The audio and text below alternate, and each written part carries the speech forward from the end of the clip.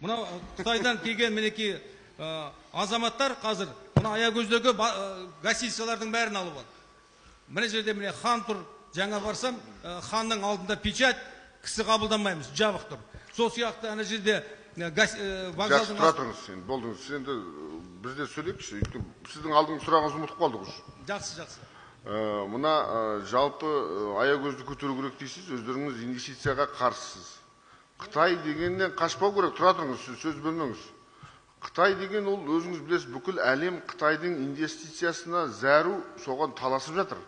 Көріш тұрған Қытайдан тасымағанда біз енді Италиядан тасимыз бақшаны. Сол себепті бұны Қытайлар келіп жатса, ол ойнап жүрген жоқ қой, келіп осында біздің жолын салайын деп жатыр ғой. Егерде олардың талабына сай жұмыс істей алатын болса, неге жергілікті мамандарды тартпасқа?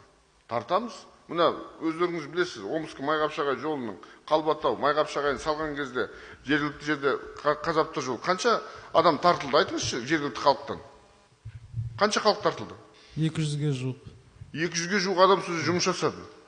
Сол сияқты ертең ғана құрылысшылардың барлығын бізде, олардың мамандары ғана Қытайлар болады да негізгі жасайтындар. Ал енді қарапайым сол дипломы жоқ, сол қара жұмыс жасайтын жергілікті халық тартамыз, не істейміз басқа? Егер диплом болса, оны тартайық. Одан жалпы мына осы мәселені халықты адастырып Қытайға қарсы қоюға болмайды. Мұна енді бүкіл әлемде бар Қытай деген, не только біздің аягөзде. Қытайда ақша бар. Қытайдан қорықпау керек. Қытай ол келіп осы жерде келіп, ондай болса қорықсаң, онда Қытай осы жерді тастап көшіп кетеді, айға или Марсқа. Сол себепті Қытаймен олардың келіп жатыр, олар көмектесеміз деп жатыр. Ал қаншама жыл саламыз едік, өзіміздің осы темір жолды. Ешкім салмай қойды ғой. Айланып келіп Қытайға салдырайын деп жатырмыз. Қайта сол Қытайларға көмектесіңіздер сіздер. Оны ұрып соғып, кеше өткенде тиктокта жүрген ана келіп ана ертең қамалдан екеуі. Білесіздер. Солай болды ғой, қамалды ғой. Ертең сотталады олар. Не деп сөйлеп отырсың, неге қазақша сөйлемейсің деп Қытайға кесіп отыр, заңсыз. Сол себепті мына жерде ол келді, жұмыс жасауға келді. Ол қайда тұрады енді ол? Қонақ үйде тұрмағанда. Үйіңізге кіргізесіз бе? Ол заңды сол қонақ үйдің иесіне ақшасын төлеп тұрып жатыр. Оның бар ақша.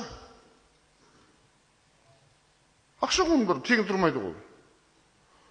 Ертең осы 2 жыл бойы темір жол салынады, осының жолдың бойында сол Қытайдан басқа да адамдар келеді, оның бар қаржы, ол бәр біздің облысымыздың экономикасына құйылған қаржы.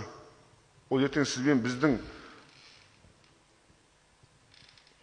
еңбек ақымыз болмаса осы инвестиция, ертең оларды біз тартуымыз керек. Қайта президент пен Си Цзиньпинге рахмет, осы екі елдің арасындағы барыс келісті визасыз режим жасады.